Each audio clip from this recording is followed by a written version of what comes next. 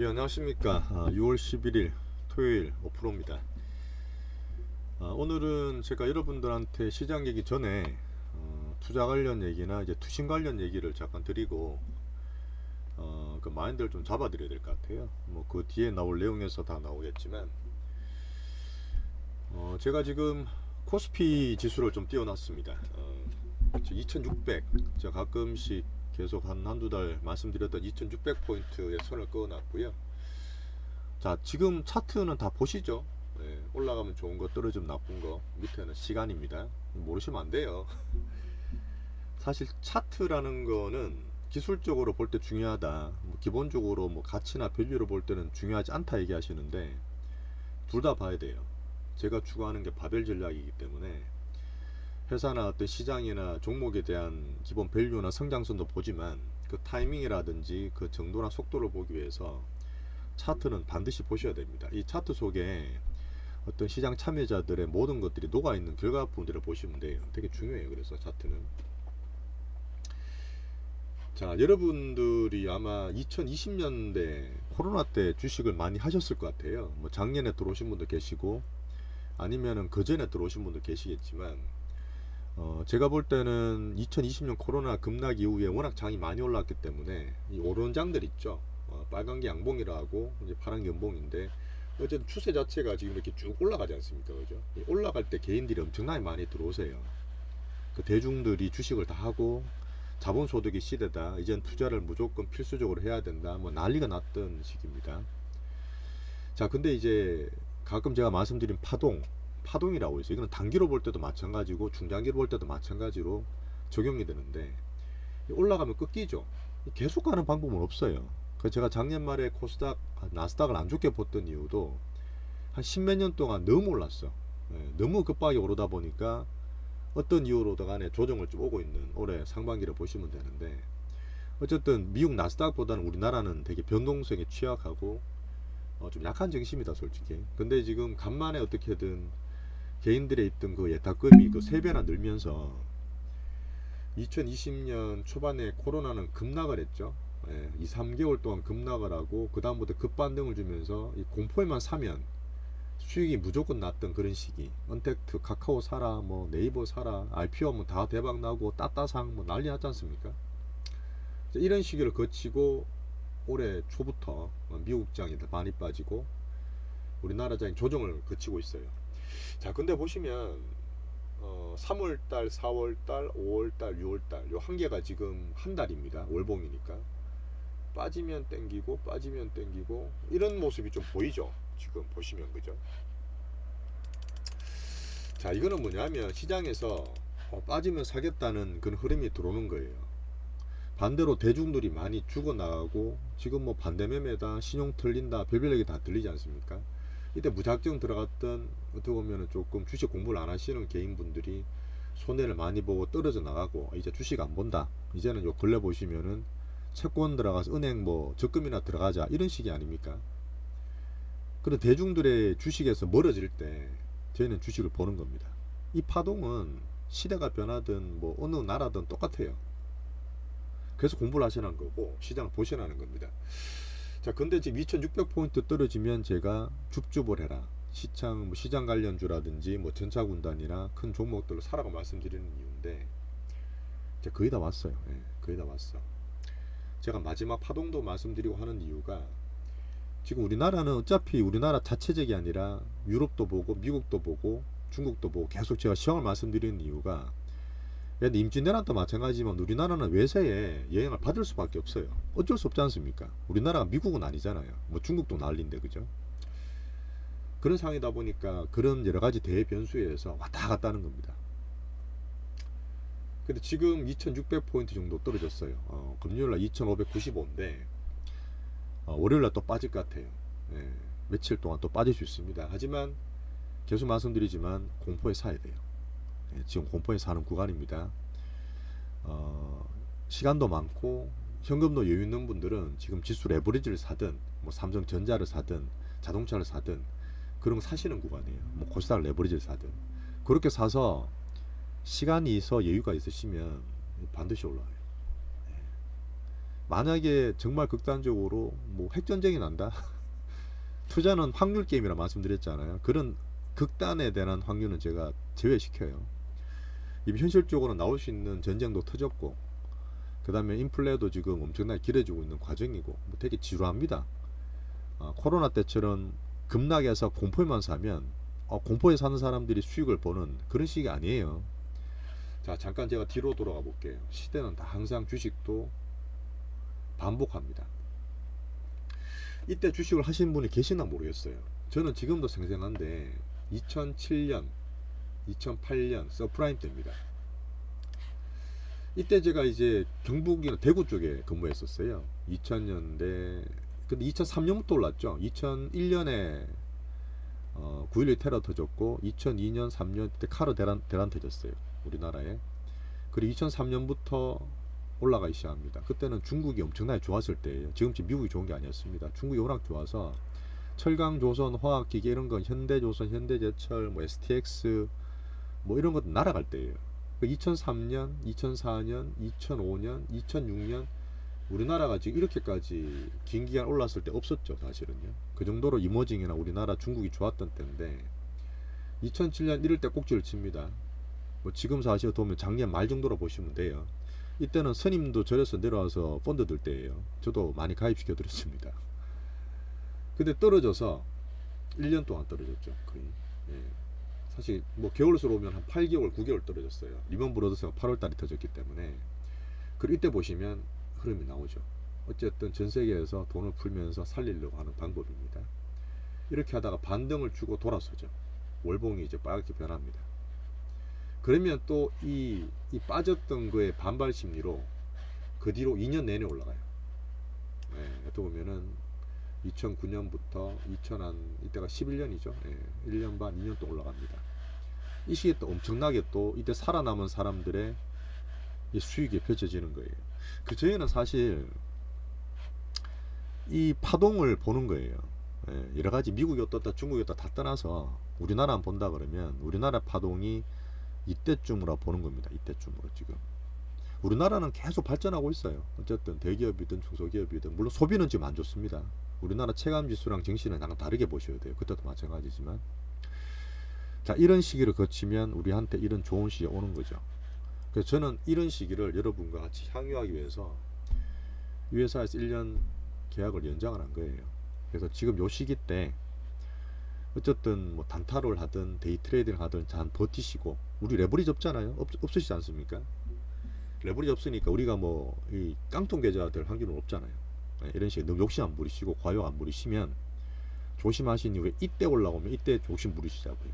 레버리지도 쓰고 풀로 지르고 제가 해드릴 테니까 요때 시기를 잘 거쳐가는 시기라 보시면 됩니다. 자, 저는 2008년처럼 좀 봐요. 그 정도로 지금 전세의 경기가 좀 위중하다 보는 겁니다.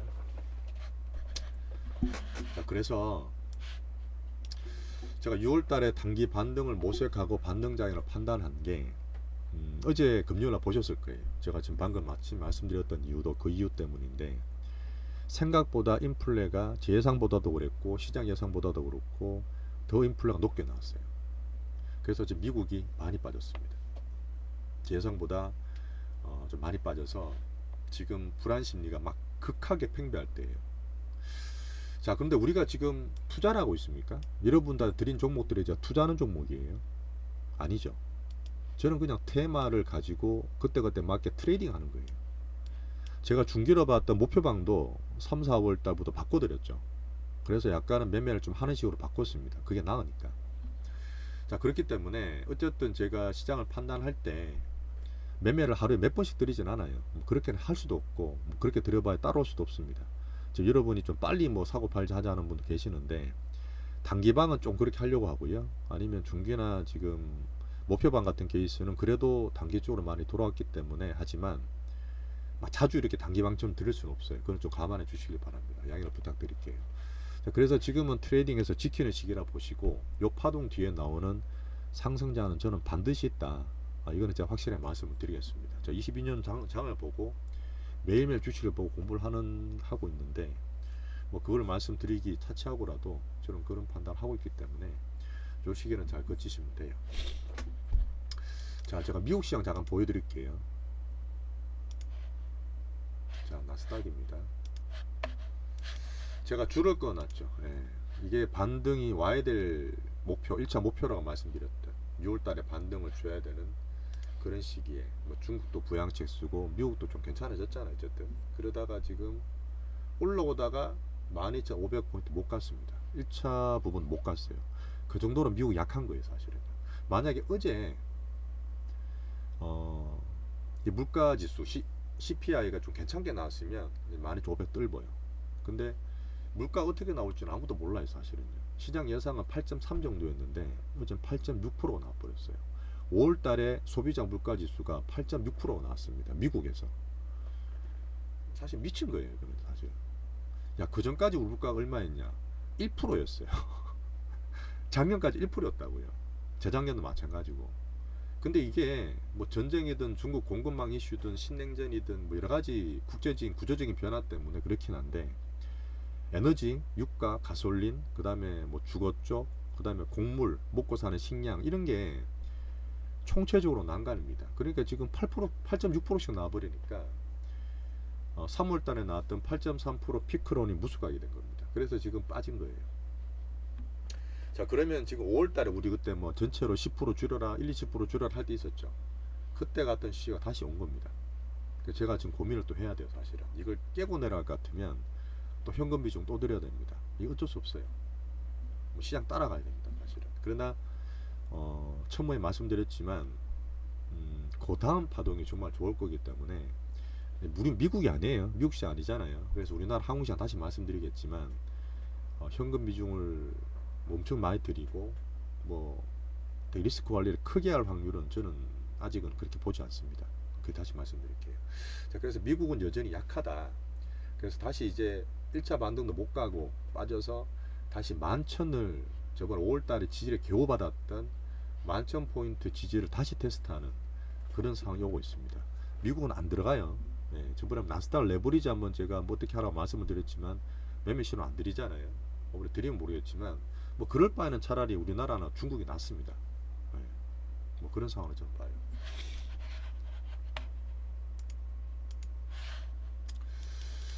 자, 10일날 어제 CPI가 예상했던 8.7 이런 것도 아니고 8% 7%도 아니고 8.6% 나왔기 때문에 물가가 너무 높구나. 야, 이래 되면 긴축도 심하게 하겠구나. 이거 어떻게 에너지랑 곡물가에 안 잡히네. 그런 경기나 긴축에 대한 우려가 너무 커지면서 미국장이 나스닥 기준으로 3.5% 떨어졌어요. 자, 하지만 다음 주 15일입니다. 우리나라는 목요일날 새벽이 될 거예요. 이 나올 때까지는 연준 위원들이 말을 못합니다. 예, 그래서 지금 멘트는 전혀 안 나오고 있는데 여러 가지 다른 지표를 저는 보고 있어요. FOMC가 나와서 이 물가에 대해서 그다음 금리 인상 결정이 나잖아요. 지금 예상으로는 50bp 0.5% 올라갈 것 같은데 은근히 또 75bp 0.75% 올리는 게 아니냐는 우려 섞인 목소리도 조금은 나오고 있습니다. 하지만 저는 50bp 올라갈 것 같아요. 그러면서 또 시장에 대한 멘트를 할 것 같은데 그때까지는 좀 변동성이 있을 수 있다. 이제 그렇게 판단하시면 되고. 자, 미국이 그 다음에 17일 날. 자, 17일이면 금요일이죠. 네, 금요일 날 쿼드로 미칭 데이입니다. 우리나라는 목요일 날 잘 넘어갔지만 또 미국 만기일이 다음 주 금요일이에요. 그래서 그거를 또 봐야 되기 때문에 다음 주는 다시 변동성이 좀 커질 수 있다 판단을 합니다. 자, 10일날 우리가 좀 기대를 가졌던 미국 MSCI 선진국 지수 관찰국 지정이 안 될 것 같아요.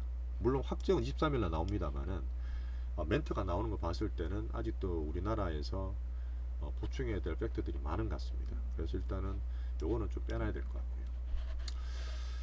자, 그래서 저는 여전히 지금 시장은 냉정하게 봅니다. 예, 뭐 희망 고문 안 해요. 예, 객관적으로 보고 말씀을 드릴 거고 지금 시장 판단을 하고 레버리지나 현금 비중을 가져가는데 추가적으로 현금 비중을 드릴지는 좀 불확실해요. 저는 안 드리고 싶어요, 솔직히. 어쨌든 간에 미국은 안 좋지만 그 다음에 지금 중국이나 우리나라가 차별화를 보이고 있기 때문에 추가 현금 비중은 5월달처럼 안 드리길 바라고 있습니다. 볼게요. 그 종목 판단도 하겠지만 우리는 투자하는 게 아니죠. 어쨌든 간에 테마장 수급보는 단기 트레이딩 중이기 때문에 종목도 그 뒤에 말씀드리겠지만 객관적으로 보겠습니다. 자, 그래서 지금 여러분은 계속 그래요. 지금 빠지면 공포, 야 큰일 났다. 또 반등을 줘야 되는데 왜 이렇게 못 오르지? 좀 지루함, 기다림, 이런 게 계속 반복인 거예요. 어떻게 보면 저는 2008년서 프라임 터지고 9월, 10월, 11월, 12월 이런 시기 같아 지금 사실. 그러다가 2009년 2월, 3월 달에부터 급반등 시켰거든요. 그리고 1년 7개월 내내 올랐어요. 요번은 사실 그렇게까지 길게 올라갈 것 같지는 않은데, 어쨌든 중국이나 우리나라 같은 케이스는 미국이 좀 버텨주고 연착륙 되는 과정에서 이번 마지막 파동 이후에는 반등장을 기다리고 있습니다. 예, 저는 기다리고 있어요. 그때는 종목별로 상당히 괜찮은 것들이 나올 거라 저는 봅니다. 그래서 단기적으로는 어떻게 보면 다음 주가 마지막 파동일 수 있습니다. 예. 아까 미국장 그 이슈 보셨죠? 그러다 보니까 그 시기를 잘 거쳐보시는 게 저는 좋을 것 같습니다. 자, 시황 간단히 말씀드릴게요. 예, 어쨌든 아침 그 초기에 전반적인 얘기를 드렸기 때문에 중국은 지금 경기 부양 총력을 다합니다. 그 말은 뭐냐면 지금 중국하고 미국이 어쨌든 G1, G2 전 세계 1등, 2등 국가잖아요. 뭐 서로 싸우고 있긴 하지만 미국은 지금 실업률은 상당히 좋고 고용률이 사상 최대예요. 하지만 물가가 워낙 올라서 경기를 죽여야 되는 상황이고, 중국은 반대로 워낙 작년부터 미리 빠졌죠. 그래서 오히려 물가 상승률은 생각보다 낮아요. 그 정말 다행인 겁니다. 지금 중국이 사실은 글로벌 받친다 해도 과언이 아니에요. 생각보다 돼지고기는 돈육가액이 별로 안 올랐고요. 인플레 상당히 취약한 나라지만 러시아로 뭐 뒤로 밀정을 하든 뭘 하든 에너지 쪽으로 관리를 잘해서, 중국이 어제 나왔죠. 중국도 CPI 물가 지수가 나왔는데 중국 물가는 2%대 나왔어요. 2.1% 나왔습니다. 그러니까 중국은 지금 인플레가 상당히 제어가 잘 되고 있어요. 하지만 걔들은 지금 실업률이 높아요. 고용이 안 되는 거죠. 그래서 반대로 미국과 반대로 경기 부양을 살릴 수가 있는 겁니다. 뭐 지금 부채가 많은 지방이나 부동산도 건드리고 있을 정도로 기업과 부동산까지 다 건들면서 리커창이 나와서 시진핑이 뒤로 물러날 정도로 경기 부양에 총력을 가하고 있습니다. 사실 이게 도우면 우리나라도 마찬가지고 재투자도 마찬가지고 글로벌 경기에서 기대는 어떤 틈새라 보시면 돼요. 자, 그래서 반등세, 미국보다는 영향을 받겠지만 반등을 기대하고 있는 중이고, 자, 그건 이번에 3월달, 4월달에 터졌던 코로나가 어쨌든 전체 방역을 하면서 효과가 있었잖아요. 효과가 있었고, 베이징 괜찮고 이제 어떻게 보면 북경 그 쪽으로 넘어갔던 그런 부분이 괜찮다 봤는데, 글을 이렇게 적었던 이유는 어제 오늘 보니까 다시 살짝 베이징 쪽에 환자가 생기는 느낌이 좀 있어요. 이래 되면 단기적으로 또 이 반등세가 위축될 수 있겠죠. 이거는 제가 체크하겠습니다. 그렇게 적어놨어요. 자, 지금 사실 어제 미국 CPI도 말씀드렸지만 유럽은 계속 제가 말씀드렸잖아요.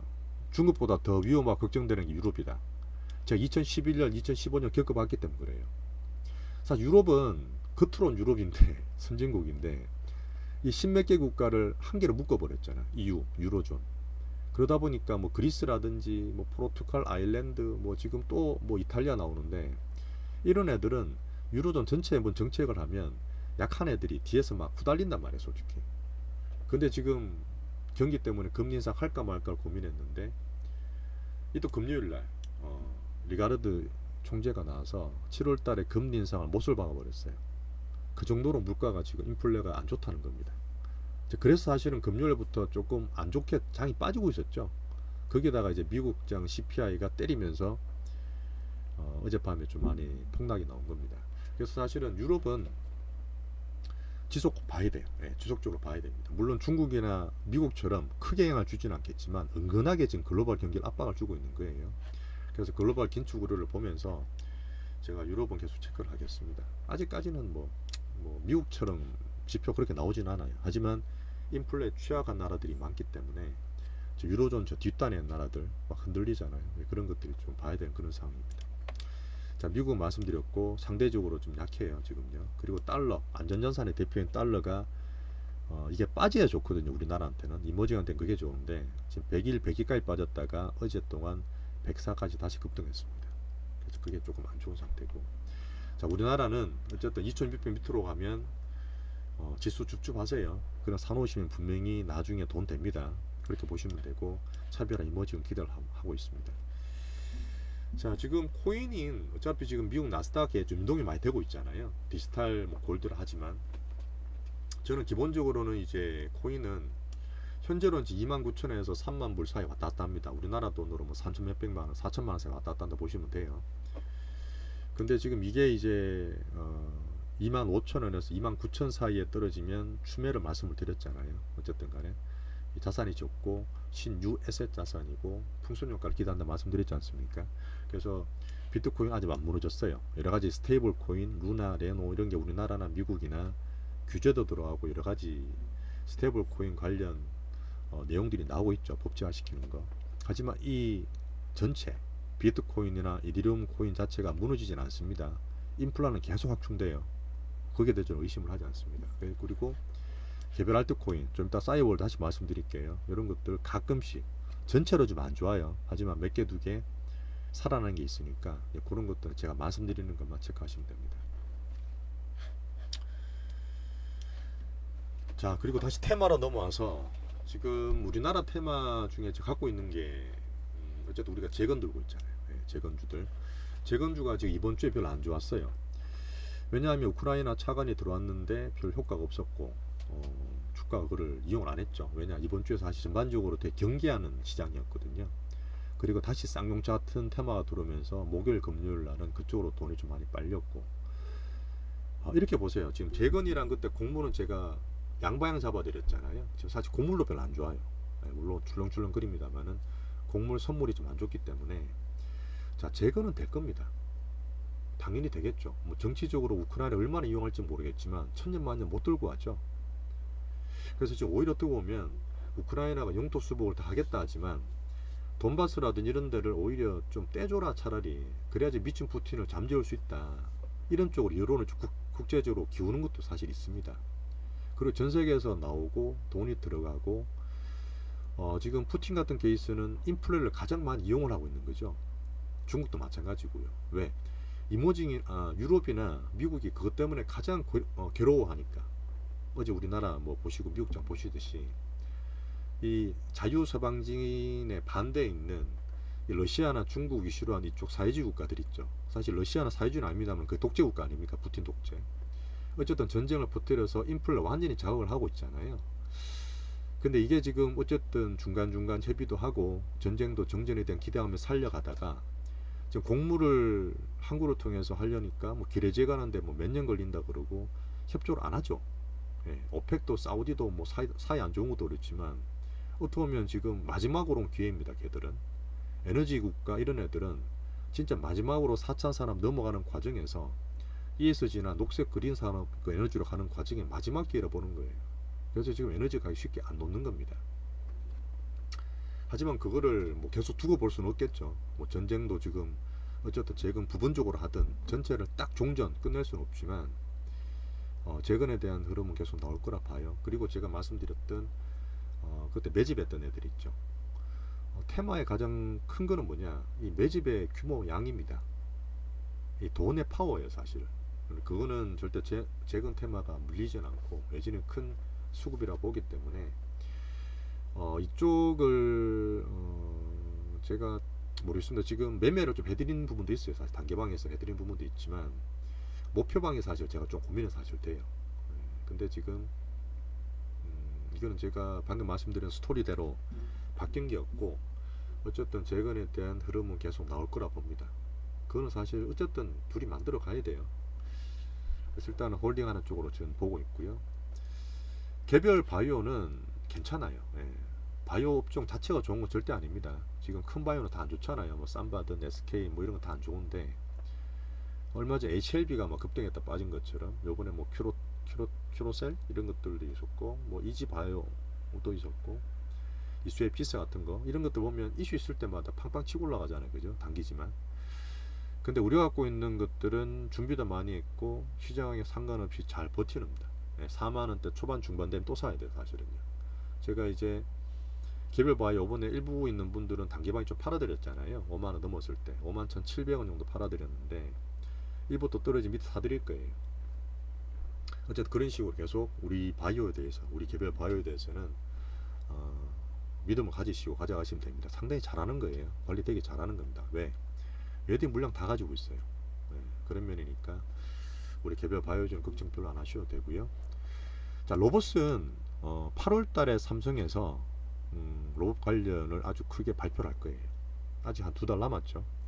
근데 그 사이 어쨌든 간에 삼성이 지금 휴대폰도 지금 별로 안 좋고 반도체도 지금 또 많이 빠졌어요. 그래서 뭔가 새로운 거를 내야 되는데 바이오를 내기에는 바이오 업종에 대한 분위기가 별로 안 좋은 상태고, 반도체든 바이오든 우리나라 신정부도 엄청나게 키운다고 말을 했잖아요. 근데 사실 안 먹혀요 지금. 사실 우리나라 2차 전지라든지 반도체 같은 데 가야지 투자를 할 수 있는 여건이 되는데 안 되잖아요. 그러다 보니까 지금은 트레이딩 쪽으로 봤을 때는 시총이자는 로봇 테마를 계속 보고 있고, 로봇 테마 우리 몇 개 갖고 있는 거 있죠. 그런 것들은 어쨌든 테마적으로 저는 괜찮다 봅니다. 자, 원숭이 두창 관련 케이스는 지금 잘 받치는 거예요. 제가 시장 기본으로 돌아가서 시장이 안 좋고 불안할 때 보면 강한 게 좋다 말씀드렸잖아요. 잘 안 빠지는 게 좋다 말씀드렸잖아요.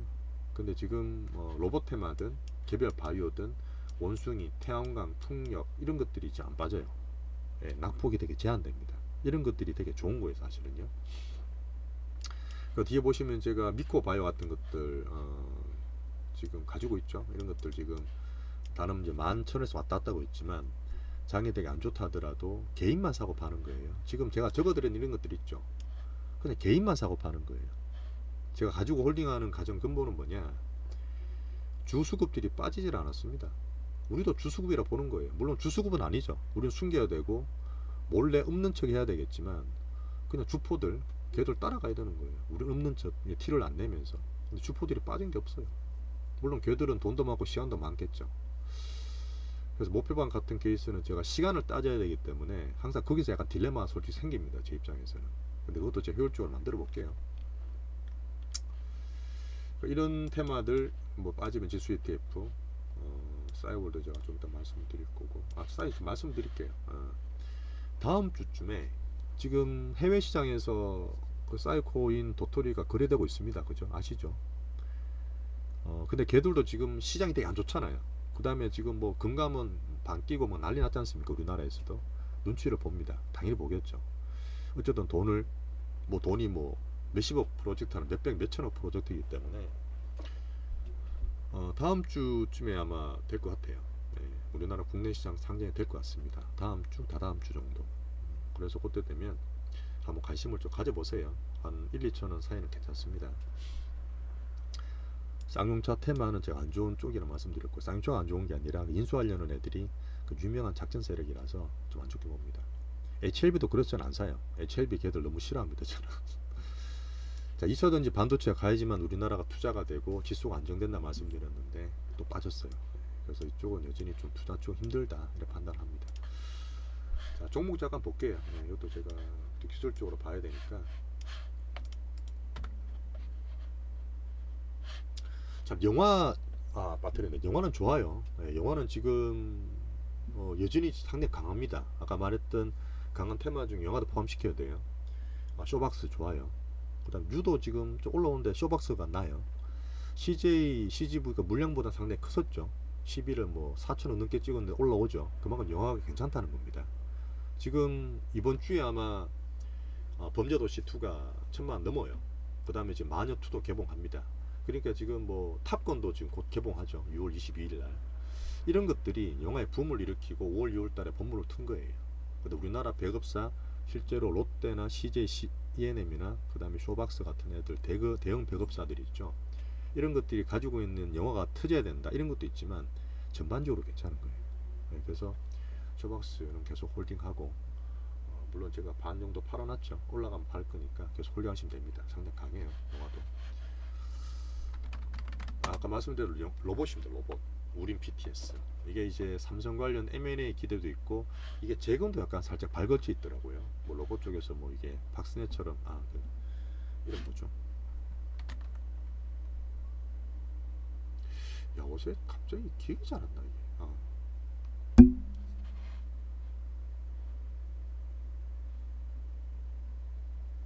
넘어갈게요. 어쨌든 우린 PTS.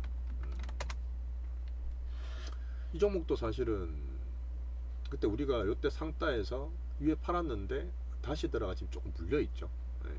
좀 물려 있는데 어쨌든 이게 또 마찬가지 판 애들이 없어요. 예, 지금 주포들은 판 게 없기 때문에, 그리고 테마에 대해서는 제가 기대를 좀 하고 있기 때문에 조금 고집 피우면서 들고 있는 그런 상황입니다. 자, 미코바이오도 있는데, 미코바이오도 마찬가지죠. 제가 이제 원숭이 두창 관련해서 녹십자 LMS, 그다음 미코바이오, 파미셀 세 개 정도 보시면 되는데, 이것도 이제 11,000원대 정도 보죠. 절반 정도 들어갔는데, 이것도 마찬가지입니다. 왔다 갔다 했죠. 그때 뭐 또 천몇백 원 갔는데 안 팔고 또 들고 있고, 물론 이게 지난주처럼 투심이 안 좋을 때는 짧게 쳐도 돼요.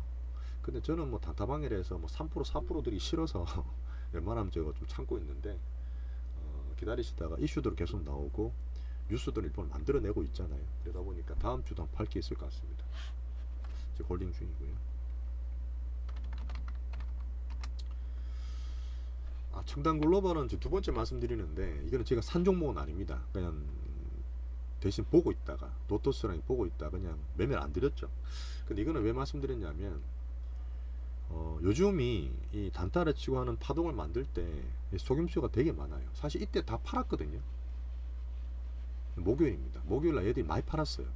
얘들이 물론 살 때 이제 제가 말씀드렸지만 올라가는 거를 위에서 파는 거 보고 이제 안 내렸다 말씀드렸잖아요. 근데 그남도 팔았어. 예상대로 떨어지는구나, 떨어지네, 확실히 예상대로 해서 팔았네 애들이 이랬는데, 이 팔았는 것보다 더 많이 들어버려요, 금요일날. 물론 이게 이 A 세력이 아니라, 기존 A 세력이 아니라 새로운 B 세력이 들어올 수 있겠지만 그건 잘 아니에요. 근데 이렇게 속임수 페이크를 주고 난 다음에 또 올려버리죠. 그러다 보니까 제가 느끼는 건 뭐냐면, 테마가 손 놓고 있는 것들이 이거 꺼졌네, 돈 빠졌네, 이런 것들이 다시 한번 치고 하는 것들이 많아요. 그러다 보니까 사실 저도 어떤 거 보면은 바로바로 손절 안 하고, 어차피 지금 약세장이고 박스권 하단을 이제 보지 않습니까? 그래서 지금 조금 들고 가는 면이 사실 있어요.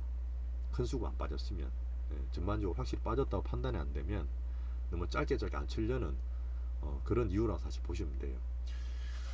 자, 그런 면으로 말씀드렸고, 이 정도로 하겠습니다. 뭐 투자 관련 아침에 제가 초기에 말씀드렸기 때문에 넘어가고, 자, 다시 말씀드리겠지만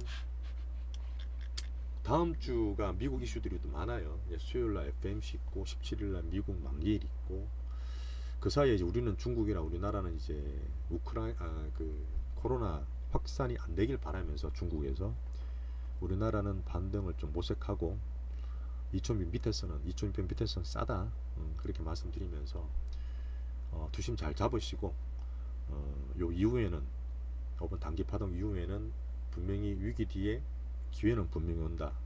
이걸 보시고 트레이딩 잘 하시면 될 것 같습니다. 자, 주말 잘 쉬시고요. 다음 주 월요일 날 뵙겠습니다. 네, 감사합니다.